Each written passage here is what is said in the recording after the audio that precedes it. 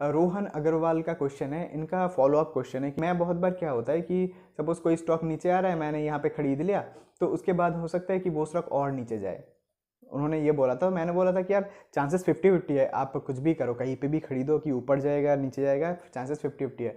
Because उन्होंने बोला था कि रिवर्सल पे हमेशा अगर हम खरीदे थोड़ा बहुत अगर हम छोड़ देते हैं गेन, बट फिर भी हमको फ़ायदा हो सकता है कि यहाँ से सीधा अगर ऊपर जाए तो। बट मैंने उनको बोला था कि यार चांसेस यहाँ पे भी 50-50 है कि यहाँ से ऊपर जाए या फिर नीचे जाए। बट उन्होंने फिर से यहाँ पे कमेंट किया है, इन्होंने कमेंट किया है कि अगर हम यहाँ पे स्टॉप लॉस का यूज़ करें, तो देखो मैंने ये चीज़ बहुत बार समझाया है इससे पहले भी कि स्टॉप लॉस बहुत ही सही चीज़ नहीं होता यूज़ करने के लिए हमेशा। अगर आप डिलीवरी पे लंबे टाइम के लिए ट्रेड कर रहे हो ना, तो स्टॉप लॉस बहुत बढ़िया चीज़ नहीं होता। क्यों नहीं होता? बिकॉज यहाँ पे जब भी आप सपोज आपने कोई स्टॉक खरीदा 100 रुपीज़ पे एंड वो क्या हो गया, वो 50% नीचे चला गया, 50% नीचे चला गया, तो उसका वैल्यू क्या हो गया? उसका वैल्यू हो गया 50 रुपया, राइट नाउ। अभी इस 50 रुपये को फिर से 100 रुपीज़ करने के लिए आपको कितने परसेंट का रिटर्न चाहिए होगा? 50% का नहीं, 50% का नहीं चाहिए होगा, 100% चाहिए होगा, राइट। तो यही प्रॉब्लम है ना, जब भी आप लॉस बुक करते हो ना, आप बहुत ज़्यादा डैमेज करते हो अपने कैपिटल को, तो इसलिए लॉस बुक करना बहुत सही मुझे लगता नहीं है। बाकी अगर आप सक्सेसफुल होते हो अपने स्ट्रैटेजी में, तो आप ज़रूर ट्राई करके देखो। द नेक्स्ट क्वेश्चन है नितिन गुप्ता का, please analysis Sterling and Wilson. मैंने ओपन कर लिया स्टारलिंग विल्सन, तो कंपनी 7,500 करोड़ की कंपनी है। बैलेंस शीट अगर देखें हम तो कंपनी का डेट तो बहुत ही ज़्यादा है। तो ओवरऑल यहाँ पे कंपनी का अदर इनकम यहाँ पे नॉर्मल इनकम है, तो सही दिख रहा है, बहुत खास कुछ नहीं है, बट ठीक है, आपको देखना पड़ेगा कि क्या बिजनेस है क्या नहीं है। सिंस रिन्यूएबल एनर्जी है एंड यहाँ पे सोलर वगैरह सीन है, तो आपको थोड़ा सा देखना पड़ेगा। अपॉर्चुनिटी तो है, बट बिजनेस कैसे चल रहा है वो सब भी देखना पड़ेगा, तो आप डिसाइड कर सकते हो। बट कंपनी उतना ख़राब नहीं है, पहले लॉस मेकिंग कंपनी था, अभी रिसेंटली प्रॉफिट आना स्टार्ट होगा है, ऑपरेटिंग प्रॉफिट। तो अब चाहो तो देख सकते हो, बट आपको अपने हिसाब से देखना पड़ेगा। मुझे बहुत श्योर नहीं है कि कंपनी कैसे क्या कर रहा है। नेक्स्ट क्वेश्चन है नितिन कुमार का, इनके पास वेस्टर्न कैरियर का शेयर है जो कि 35% डाउन पे है, तो वेस्टर्न कैरियर थोड़ा सा देखना पड़ेगा, यहाँ पे नीचे आया है बहुत। एंड कंपनी 1000 करोड़ की कंपनी है, काइंड ऑफ 1.3 के बुक वैल्यू पे ट्रेड कर रहा है, तो ओवरऑल सही दिख रहा है। यहाँ पे सब कुछ अगर मैनेजमेंट सही है, बिजनेस सही है, तो फिर तो मुझे ठीक ठाक दिख रहा है कंपनी, ओके ओके है। तो मे बी इन फ्यूचर ऊपर जाना स्टार्ट हो जाए, बाकी तो ठीक ठाक लग रहा है। ठीक है, अब यहाँ पे किसी कंपनी में अगर चार्ट पैटर्न नहीं है तो अब बता नहीं सकता ना कि कहाँ तक जाएगा नीचे, तो वो एक प्रॉब्लम होता है। इनोवेशन 6619 ने पूछा है, बहुत सारे फाइनेंस इन्फ्लुएंसर बताते हैं कि आप 30% स्विंग ट्रेडिंग से कमा सकते हो, तो ये कैलकुलेशन सही है? अगर मैं 10 लाख इन्वेस्ट करूँ एंड 10 साल में 1 करोड़ बन सकता है, एंड देन 20 साल में 10 करोड़ एंड 30 ईयर्स में 100 करोड़। तो देखो यहाँ पे एक चीज़ समझने की ज़रूरत है, मतलब दो चीज़ समझने की ज़रूरत है। एक तो अगर आप 30% कमा सकते हो, अगर कमा सकते हो, तो फिर भैया मैथ कैलकुलेशन कभी गलत नहीं होता। हम इंसान गलत हो सकते हैं बट कैलकुलेशन गलत नहीं होता, राइट। अगर आप 30% कमा सकते हो तो अब बना सकते हो, सिंपल सी बात है।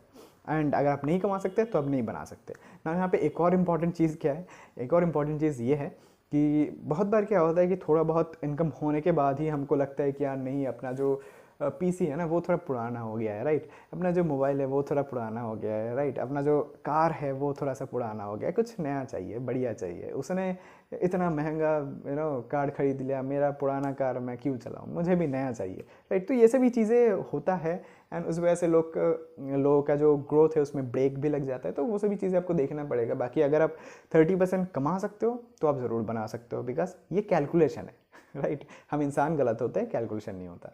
द नेक्स्ट क्वेश्चन है क्रिप्टो आर्टिफिशियल का, तो इन्होंने बोला now price is down, hope you understand the meaning of PE now after this fall, new learning for you.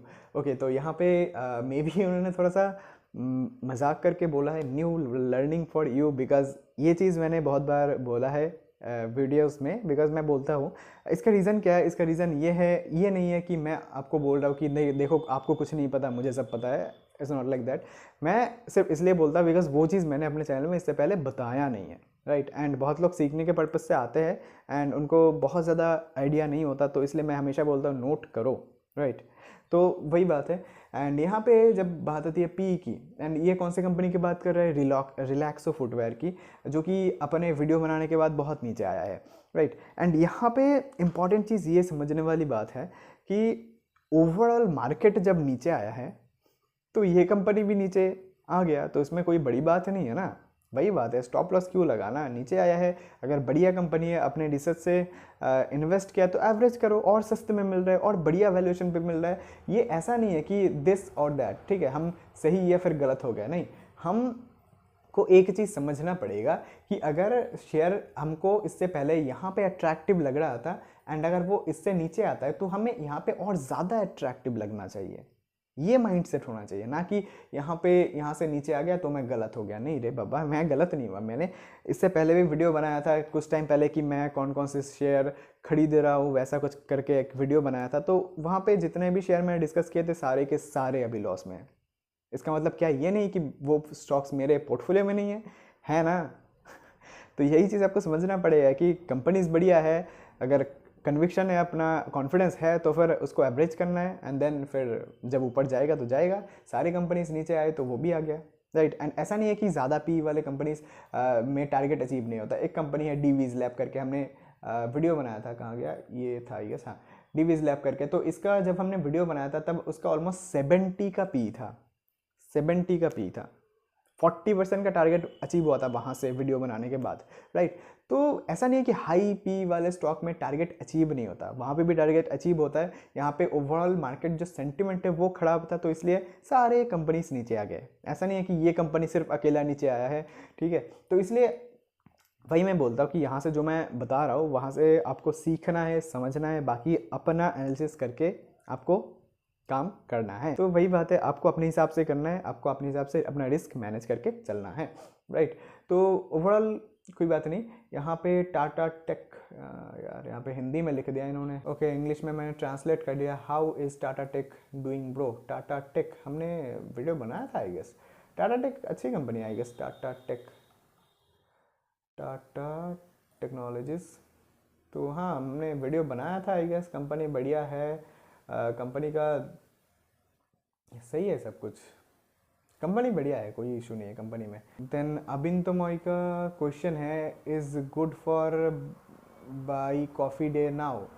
Coffee day तो देखना पड़ेगा क्या सिचुएशन है। मैंने इससे पहले बहुत सारे वीडियोस बनाया था, आपको कुछ नहीं करना, आपको सिर्फ यूट्यूब पे जाके लिखना है कॉफ़ी डे बाई दीप कुंडू, तो आपको मिल जाएगा। तो यहाँ पे कॉफ़ी डे में सर्किट तो लग ही रहा था, अपर सर्किट लोअर सर्किट। मैंने बोला था बहुत बार कि यार यहाँ पे फ़िलहाल के लिए मुझे लगता नहीं, कंपनी टर्न अराउंड हो सकता है, बट फिलहाल के लिए मुझे लगता नहीं है कि खरीदने के लिए सही टाइम है।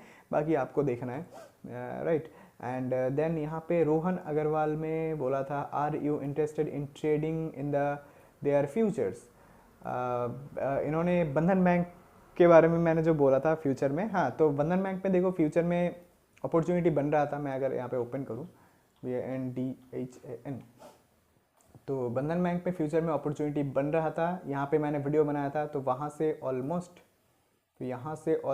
कंपनी 5% अप चला गया है, राइट। तो यहाँ पे 5% अप चला गया है, मतलब क्या, आपने जो अगर आप फ्यूचर में बाई करते तो यहाँ पे आपको ऑलमोस्ट अपने जितना भी इन्वेस्ट किया है उसका ऑलमोस्ट 40% 1 to 2 डेज में ही मिल गया होता, राइट। 35 to 40% के अराउंड कुछ आई गेस। तो यहाँ पे वही बात है कि कहाँ पे खरीदना है, कैसे खरीदना है, वो आपको, मतलब ये ऐसा नहीं है कि आप अभी स्टार्ट कर रहे हो, आप इक्विटी में ढंग से अपना हाथ नहीं जमा पाए हो एंड आप फ्यूचर में चले गए, ऑप्शन में चले गए। It's not like that. तो पहले आपको चीज़ों को समझना पड़ेगा एंड कहाँ पे बढ़िया अपॉर्चुनिटी बन रहा है, लाइक ऐसा अपॉर्चुनिटी बन रहा है जो कि मिस करना ही नहीं चाहिए, वो आपको धीरे धीरे समझ में आ जाएगा। बट हाँ, फ्यूचर अगर बढ़िया ऐसा अपॉर्चुनिटी बनता है बंधन बैंक जैसा, तो फिर तो ज़रूर चलता है फ्यूचर्स, राइट। तो आपको देखना पड़ेगा कहाँ पे बेस्ट अपॉर्चुनिटी बनता है।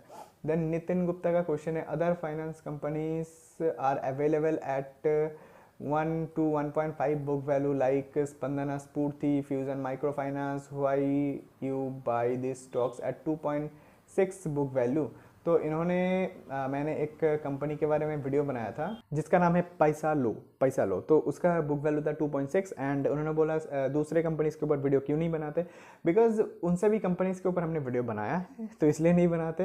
एंड जो स्पंदना स्फूर्ति इन्फ्यूजन माइक्रो फाइनेंस है उनमें एनपीए का इशू बहुत ज़्यादा था एंड मैंने बोला था कि यार जब एनपीए आए ना किसी भी फाइनेंस कंपनी में, यार एनपीए आए ना तो यार भाग जाओ उस कंपनी से, बिकॉज एनपीए साइकिल में होता है। जब एनपीए आना स्टार्ट होता है ना तो वो बढ़ता ही जाता है, एंड जब एनपीए कम होना स्टार्ट होता है वो बहुत बढ़िया मैनेज होता है।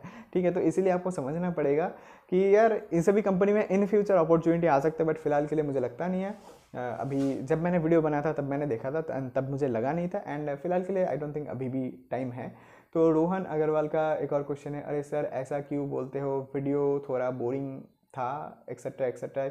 ये मत बोलो, आप बस बोलो बढ़िया ही चलता है वीडियो। बस आप सबके यही जो एटीट्यूड है, यही सभी जो चीज़ें हैं वो बढ़िया लगता है तभी वीडियो बना रहे हैं। देन नेक्स्ट क्वेश्चन है अतुल गुप्ता का, तो इन्होंने बोला है कि मुझे नहीं लगता पैसा बनेगा। ये जो मैंने नील कमल के ऊपर वीडियो बनाया था तो उसके ऊपर उन्होंने कमेंट किया है। अब पैसा बनेगा कि नहीं बनेगा वो तो देखा जाएगा इन फ्यूचर, बट अगर आपको कन्विक्शन नहीं आता तो आपको दूर रहना है, सिंपल सी बात। देन नेक्स्ट क्वेश्चन है राहुल जी का, तो इन्होंने बोला thanks for sharing on knowledge, what are your thoughts on Sten. Sten नहीं सैटिन, तो जो भी है ये जो कंपनी है सैटिन क्रेडिट केयर नेटवर्क, तो इसका देखो फाइनेंस कंपनी है, आपको देखना है एनपीए इंक्रीजिंग है, बस छोड़ दो।